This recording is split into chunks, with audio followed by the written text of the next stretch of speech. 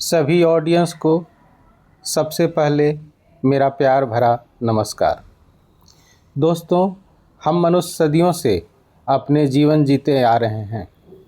इस जीवन यात्रा में धरती हमें सभी संसाधन उपलब्ध कराती है और हम उनका उपभोग करते हैं, लेकिन हम मनुष्य इस जीवन यात्रा में शायद यह भूल जाते हैं कि धरती स्वयं भी अपना जीवन जी रही होती है। इसके आंचल में नाना प्रकार के पेड़, जीव जंतु अंगड़ाइयाँ ले रहे होते हैं। दोस्तों, जरा ठहरिए और सोचिए, अगर धरती की इस अंगड़ाई लेती हुई दिनचर्या में कोई मिसाइल या परमाणु बम या हाइड्रोजन बम बरसा दे तो क्या होगा? सारा का सारा ताना बाना छिन्न भिन्न हो जाएगा। हमारा पूरा समुदाय परेशान हो जाएगा। पेड़ पौधे, जीव जंतु सहित धरती के साथ साथ हम सभी कराह रहे होंगे। ऐसा हम लोग अनेकों बार अनुभव भी कर चुके हैं। इन अनुभवों के साथ भी हम मनुष्य मात्र ऐसा क्यों समझ लेते हैं कि धरती सिर्फ और सिर्फ हमारी है, हम ही इसके नियंत्रण करता है, और यहीं से शायद मनुष्य की दुनिया उल्टी दिशा में बहने लगती है। पूरी धरती के हित से अनजान मनुष्य अपने हितों को सर्वश्रेष्ठ समझ बैठता है और फिर यहीं से मनुष्य स्वार्थ पूर्ति, धन संचय, साम्राज्यवाद और फिर उपभोक्तावाद की ओर बढ़ जाता है। यहाँ पर आकर मनुष्य को धरती पर हमारे लिए संसाधन सीमित हैं का बोध होता है, और तब फिर हम लोग सतत विकास के लिए सोचना प्रारंभ करते हैं। परंतु मनुष्य अपनी सीमाओं से अनजान होकर आदतन कई बार उसे लांघने के लिए प्रयत्नशील रहता है। पृथ्वी पर शांति को कायम रखने का तरीका मनुष्य केवल और केवल युद्ध की धमकी या युद्ध को बना लेता है। यहीं पर मनुष्य की तार्किकता अतार्किक हो जाती है। शांति अगर डर से कायम होगा तो मनुष्य का उद्देश्य क्या होगा? वही धन और शक्ति का संचयन, जिसकी परिणति युद्ध की धमकी या फिर युद्ध में ही होगी। हमें यह याद रखना चाहिए कि मनुष्य एक मरणशील प्राणी है। मरना इसकी प्रकृति है, तो हमें क्यों नहीं बेहतर जीवन की प्रेरणा से सहयोग एवं शांति स्थापित करने के लिए प्रयत्न करना चाहिए। हमारी क्षमता कुशल तरीके से समस्याओं से निजात पाने की ओर होना चाहिए।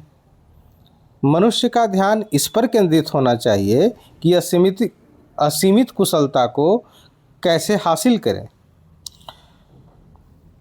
आज सूचना प्रौद्योगिकी एवं आर्टिफिशियल इंटेलिजेंस के क्षेत्र में हमने अपार कुशलता हासिल की है।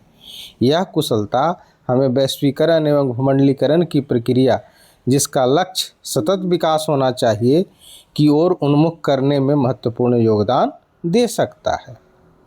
इस लक्ष्य को हासिल कर हम भू समुदायवाद अर्थात जियो कम्युनिटिज्म की ओर बढ़ सकते हैं। स्थिति में दुर्भाग्यवश अनेकों देशों के बीच सीमा विवाद, सांस्कृतिक विभेदीकरण इत्यादि के कारण तनाव एवं युद्ध की परिस्थिति कायम है। इजराइल फिलिस्तीन युद्ध, ईरान इजराइल युद्ध, ईरान अमेरिका युद्ध इन्हीं तनावों का तो परिणाम है।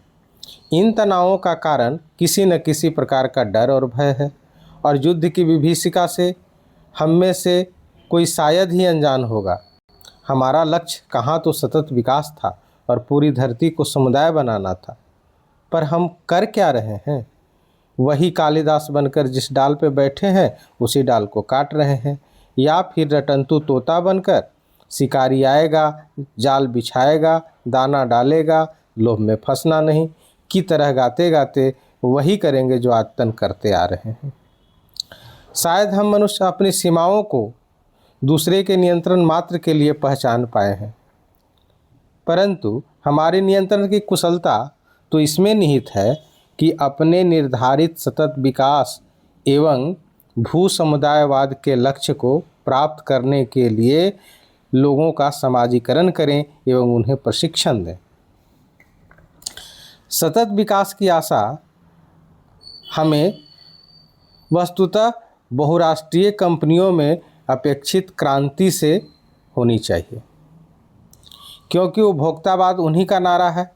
वैश्विक राजनीति का उद्देश्य संस्कृतिवाद एवं राष्ट्रवाद से हटकर भू समुदायवाद होना चाहिए, और तब हमें इस समाकलित वातावरण में जीवन जगत को पल्वित एवं पुष्पित होने का अवसर प्रदान करना चाहिए, जहाँ पे सामाजिक पर्यावरण एवं भौतिक पर्यावरण एक दूसरे के साथ अनुकूलित होंगे। इस समन्वय के द्वारा हम सतत विकास की ओर उन्मुख हो सकते हैं, प्रकृति के साथ उमंग भरा जीवन जी सकते हैं। हमारा लक्ष्य मरने के बाद स्वर्ग की प्राप्ति नहीं होना चाहिए, बल्कि हमें जीवन को स्वर्ग बनाने के लिए ही प्रयत्नशील रहना चाहिए। तो दोस्तों, इन्हीं विचारों और भावनाओं के प्रचार के लिए मैंने YouTube पर एक चैनल का सृजन किया है, जिसका नाम, जैसा कि स्क्रीन पर आप देख पा रहे हैं, सोशियोलॉजी गार्डन है।